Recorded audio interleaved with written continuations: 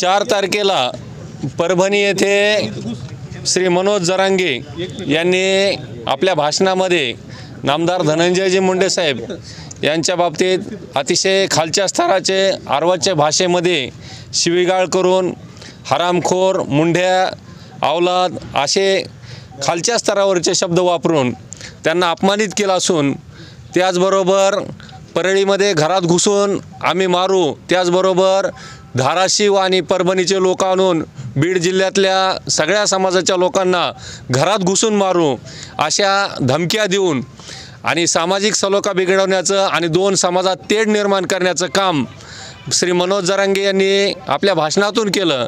त्याचबरोबर काल पुण्यामध्ये सुद्धा अतिशय खालच्या पातळीवरची भाषा वापरून केवळ धनंजय मुंडे यांना टार्गेट करण्यासाठी आता आमची सर्वात पहिली मागणी आहे किंवा संतोष देशमुख यांच्या मारेकऱ्यांना कडक शिक्षा झाली पाहिजे आणि त्या मागणीला आम्ही सहमत आहोत। नामदार धनंजय मुंडे साहेबांनी सर्वप्रथम 12 तारखेलाच पत्र देऊन ही मागणी केली होती की SIT चौकशीची मागणी केली होती आणि संतोष देशमुख यांच्या मारेकऱ्यांना कडक शिक्षा करा ही मागणी नामदार धनंजय मुंडे साहेबांनी केली होती। त्याचबरोबर आम्ही सर्वांनी ही मागणी केली होती, परंतु विनाकारण या प्रकरणाचा राजकीय द्वेषातून या प्रकरणाचा आधार घेऊन कुठंतरी नामदार धनंजय मुंडे साहेबांची बदनामी करायची, त्यांचं हनन करायचं आणि त्यांच्या चारित्र्यावर शिंतोडे उडवण्याचं काम काही राजकीय मंडळी विनाकारण त्यांना द्वेष भावनेतून करत आहेत। ते बीड जिल्ह्याचे पालकमंत्री होऊन आहेत, त्यांना मंत्रिमंडळात चांगलं खातं मिळू नये हा द्वेष मनात ठेवून केवळ त्यांच्या विरोधात हे गरळ ओकण्याचं काम करत आहेत।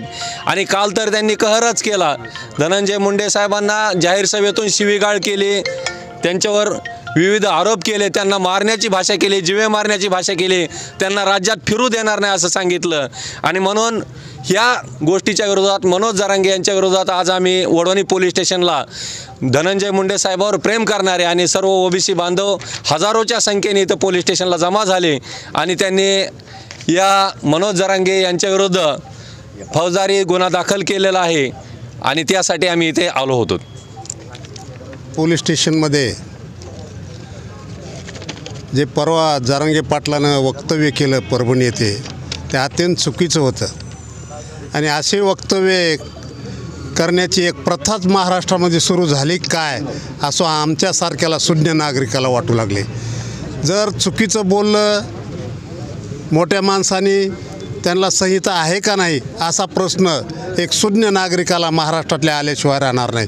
आणि नवीनच प्रथा सुरू झाली, जातीवरच बोलायले तो का नेते बिघडलेत का समाज बिघडला आहे का राजकारण बिघडले का समाजकारण बिघडले याचा काय मेळच लागा ना। अत्यंत चुकीची पद्धत, अत्यंत चुकीचा पायंडा महाराष्ट्रामध्ये सुरू झालेला आहे आणि सर्वच लोकाला पटतं असं अजिबात नाही। शून्य सुशिक्षित लोकाला, सुशिक्षित वर्गाला अजिबात हे पटणारं नाही। ह्याच्यामध्ये अनेक चांगल्या चारित्र्यवान मुलांना असे जर वाईट घटना घडल्या तर त्यांना अनेकाला ऑन रेकॉर्ड यावं लागेल आणि ते त्यांच्या आयुष्यामध्ये आपल्या भावी जीवनासाठी मुकले जातील याची दखल सर्व नेते मंडळींनी घेतली पाहिजे।